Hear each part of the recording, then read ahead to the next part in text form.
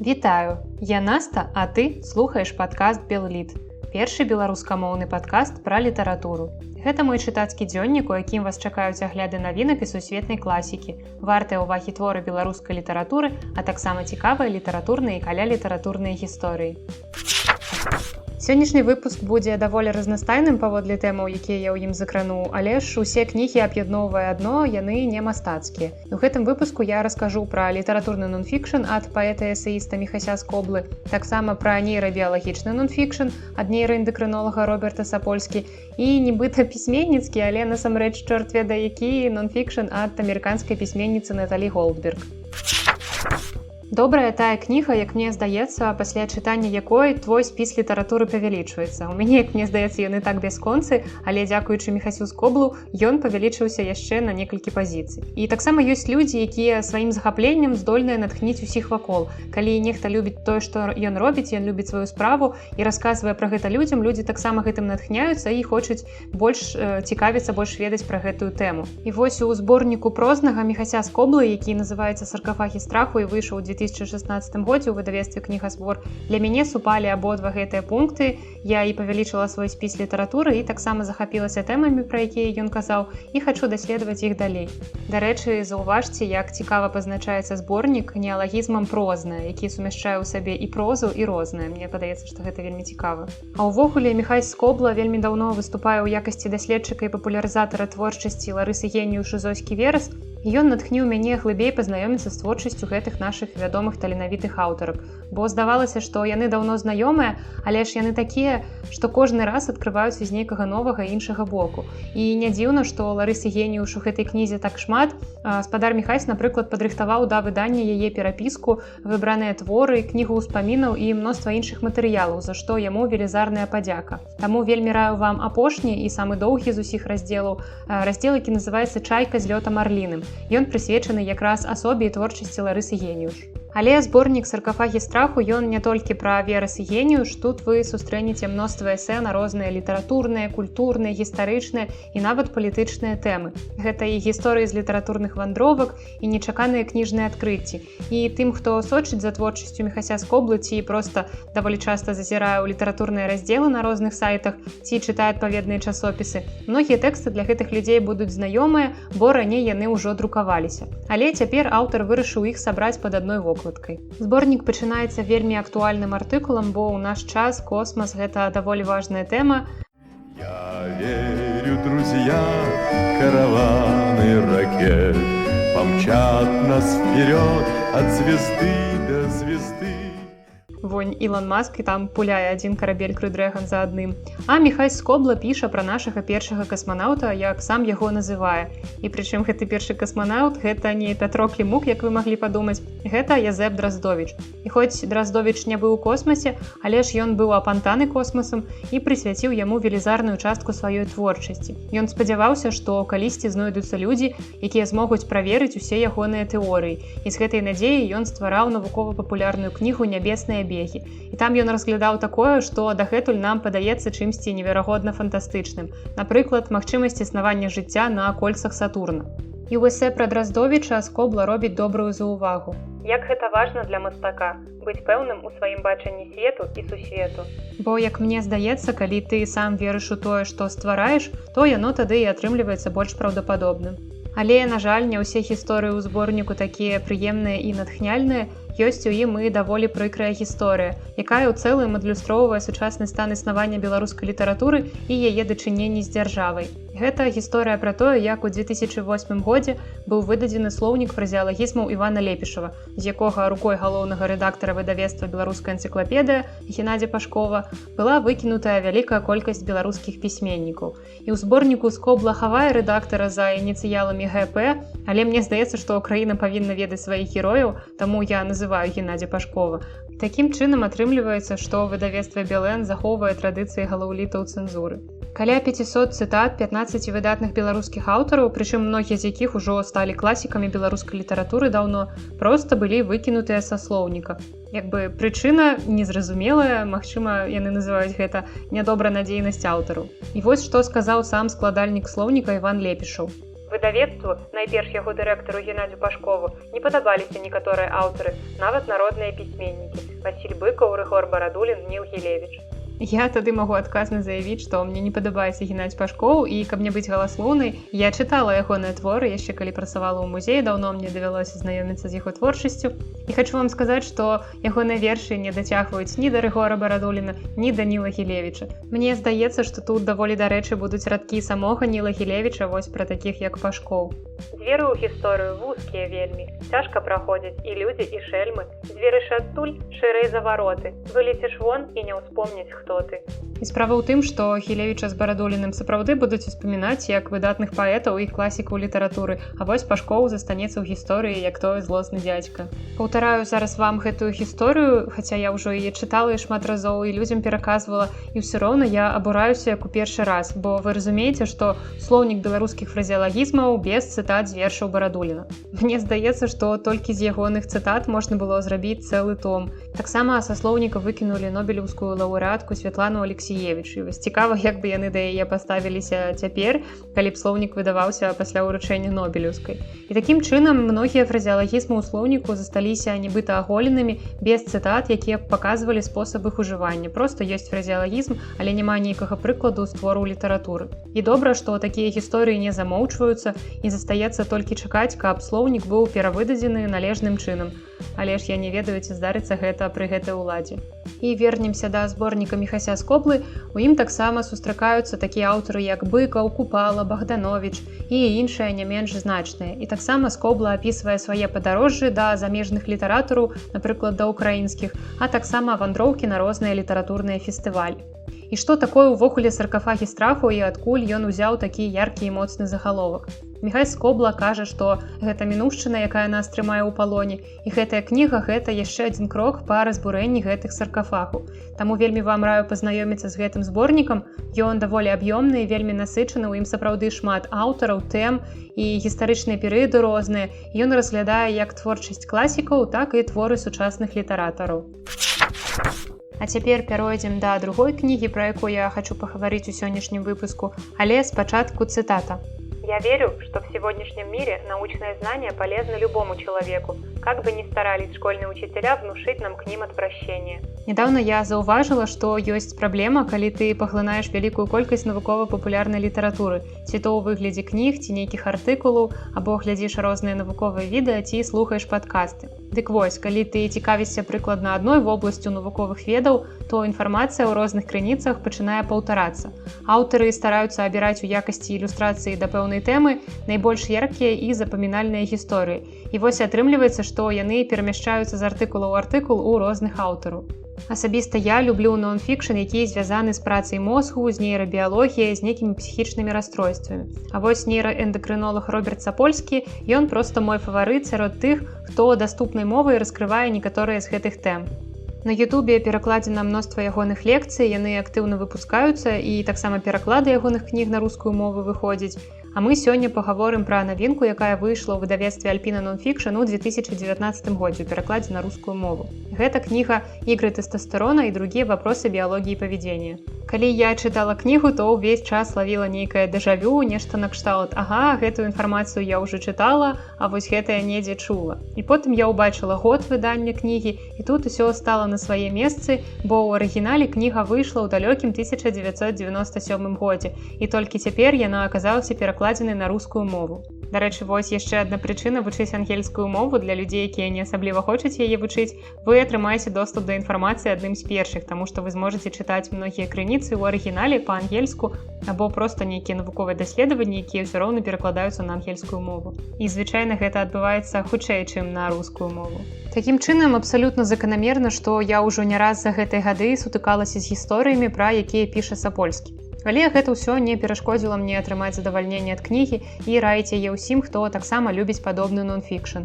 Кніга складаецца з 17 главаў, якія чытаюцца як асобныя скончаныя артыкулы. І гэта не манаграфія, а проста зборнік навуковых нарысаў на тэму біялогіі паводзін. І Сапольскі тут, як заўсёды ў сваім рэпертуары, гэта і даступная мова, і цудоўны гумар, і займальныя тэмы. Мноства цікавых фактаў пра мозг, пра паводзіны, пра навакольнае асяроддзе, пра біялогію і пра эмоцыі. І як усё гэта звязана паміж сабой, як яно ўплывае на чалавека і як праяўляецца ў жывёл. Сапольскі паказвае тут, якую ролю біялогія грае ў фарміраванні таго, кім мы з'яўляемся як людзі. І, як я казала, хаця многія з прыкладаў і навуковых фактаў ужо былі мне знаёмыя, знайшліся і новыя цікавыя гісторыі, і зараз я падзялюся з вамі адной з іх. Гэта гісторыя пра шымпанзэ, якія жылі ў нацыянальным парку Гомбе ў Танзаніі. Прыматолагі, якія назіралі за гэтымі шымпанзэ, заўважылі адну асаблівасць у харчаванні гэтых жывёл. Кожную раніцу на галодны страўнік шымпанзэ елі лісце кустоўя аспілія. Яны нават не елі, а проста яго засоўвалі пад язык, потым там трымалі некаторы час і цалкам глыталі. І было відавочна, што яны не атрымліваюць асаблівае задавальненне ад гэтай ежы, таму што шымпанзэ моршчыліся, калі елі гэтае лісце. І было не падобна, што яны ядуць нешта апетытнае. Потым яшчэ і аказалася, што з гэтым лісцем унутры шымпанзэ нічога не адбываецца, бо яго знаходзілі ў экскрэментах жывёлаў практычна ў ідэальным выглядзе. І навошта тады малпы елі гэтае лісце? Навукоўцы вырашылі яго адправіць на біяхімічны аналіз, і тады яны высветлілі, што ў лісці змяшчаецца тэарубін А. І яго чырванаваты алей абараняў шымпанзэ ад грыбка, бактэрый і розных паразітаў. Але тады ўзнікла іншае пытанне, навошта шымпанзэ трымалі лісце менавіта пад языком. І я думаю, што вы сутыкаліся з лекавымі прэпаратамі, якія трэба прымаць менавіта такім спосабам, напрыклад, некаторыя лекі ад сэрца. І ў языку мы маем шмат дробных крывяносных сасудаў, так што карысныя рэчывы з лісця адразу траплялі ў крывацёк шымпанзэ. Так яны абыходзілі стрававальную сістэму. Гэта даволі зручненька, як мне здаецца, і такія вось цікавыя практыкі самалячэння ў жывёлу. Падсумоўваючы, скажу, што кніга Сапольскі, безумоўна, варта ўвагі. І да таго ж у рускага выдання выдатнае афармленне, гэта і прыемная софт-тач вокладка, і цікавае рашэнне ў плане афармлення главаў, і таксама прыгожы шрыфт. Кніга дакладна стане прыгожым папаўненнем вашай бібліятэкі. І ў канцы яшчэ одна цытата з кнігі. Когда наука действует правильно, она открывает доступ к самым увлекательным и содержательным загадкам. Она привносит провокационные идеи в наши споры о морали, а иногда даже улучшает нашу жизнь. Я подумала, што пакуль расказвала тут вам толькі пра кнігі, якія мне спадабаліся, і неяк абмінала тыя, што не спадабаліся, але разам з тым прынеслі шмат эмоцый, пераважна гэта нешта накшталт абурэння. Таму я паспрабую караценька часам расказваць і пра такія кнігі, бо мне заўжды здавалася, што негатыўныя водгукі атрымліваюцца больш цікавымі і нейкімі эмацыйна насычанымі, чым пазітыўныя водгукі. Вось сёння і пачну расказваць пра такія кнігі, але спачатку невялічкае лірычнае адхіленне. Я ў сваім жыцці прачытала даволі шмат кніг пра пісьменніцкае майстэрства, пісьменніцкае рамяство, і для мяне яны ўсе дзеляцца на 3 катэгорыі. Першая – гэта матывацыйныя кнігі. У такіх кнігах рэдка сустракаюцца сапраўды карысныя парады, практычныя парады. У асноўным гэта такая вадзічка, як у звычайных матывацыйных кнігах па самаразвіцці. Гэта ўсё папулізм на тэму «ты зможаш», «вер у сябе», «ты класны». Я не кажу, што гэта дрэнныя кнігі, магчыма, камусьці яны сапраўды дапамагаюць, але мне, на жаль, я не бачу ў іх нічога цікавага ці карыснага. Другая катэгорыя – гэта кнігі пазнавальныя. Аўтар там проста распавядае пра тое, як працавалі вядомыя пісьменнікі, што іх натхняла на пісанне і як яны планавалі свой дзень і пісьменніцкую працу. Тут таксама звычайна не вельмі шмат практычных парадаў, але вы можаце паспрабаваць ісці за любімымі аўтарамі і карыстацца іх метадамі. Напрыклад, з такіх кніг я магу выдзеліць, як пісалі класікі украінскага аўтара Расціслава Сэмківа. Кніга выйшла ў 2018 годзе ў выдавецтве Янушкевіч. Я рэдагавала гэтую кнігу, таму я прачытала яе нават некалькі разоў і вельмі натхнілася. Там аўтар даступна і з гумарам раскрывае сакрэты майстэрства вядомых класікаў ад Агаты Крысці да Джорджа Оруэлла. І я дакладна прысвячу гэтай кнізе больш часу ў адным з наступных выпускаў. І нарэшце апошняя, трэцяя катэгорыя – гэта практычныя кнігі.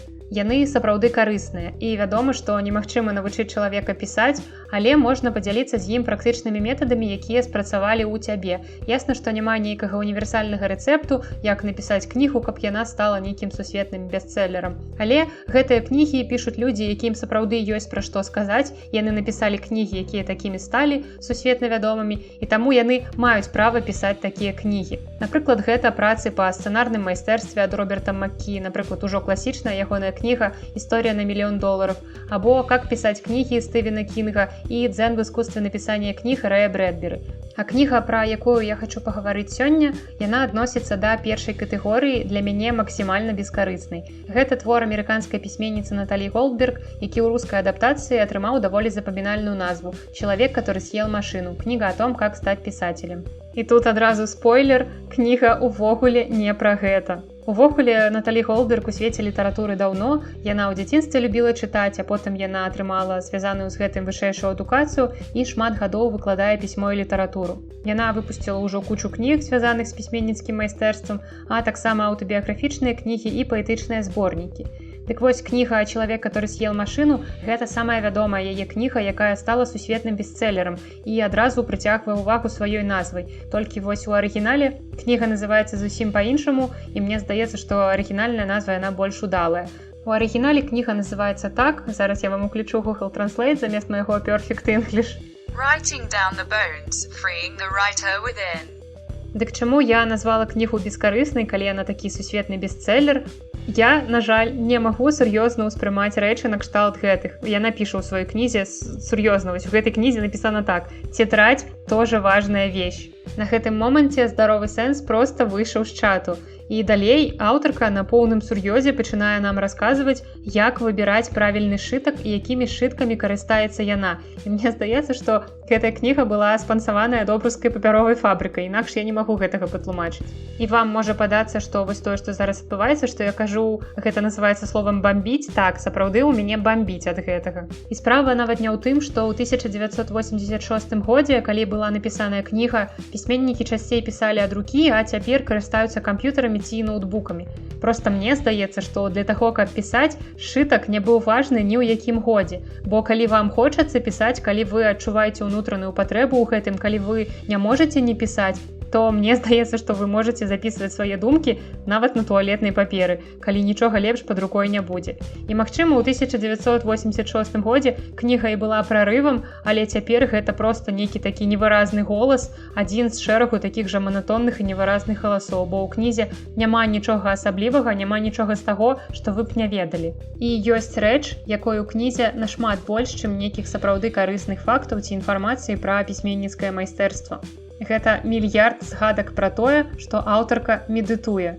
А хіба вы не медытуеце? Мне здаецца, што вам усім павінна быць сорамна, як і мне, бо ў наш час кожны чалавек, які сябе паважае, ён проста абавязкова мусіць медытаваць. І самае важнае, трэба ўсім пра гэта расказваць. Напісаць цэлую кніжку пра тое, як вы медытуеце. Як вось у Дэвіда Лінча ёсць кніжка «Поймать большую рыбу», якая нібыта пра медытацыю, дзе ён пастаянна расказвае пра тое, што ён медытуе, але ніводнай карыснай парады пра тое, як канкрэтна трэба медытаваць, вы там не знойдзеце. Таксама такая крыху бессэнсоўная кніга, але калі вы, як я, фанат Дэвіда Лінча, то нават і такое вас задаволіць.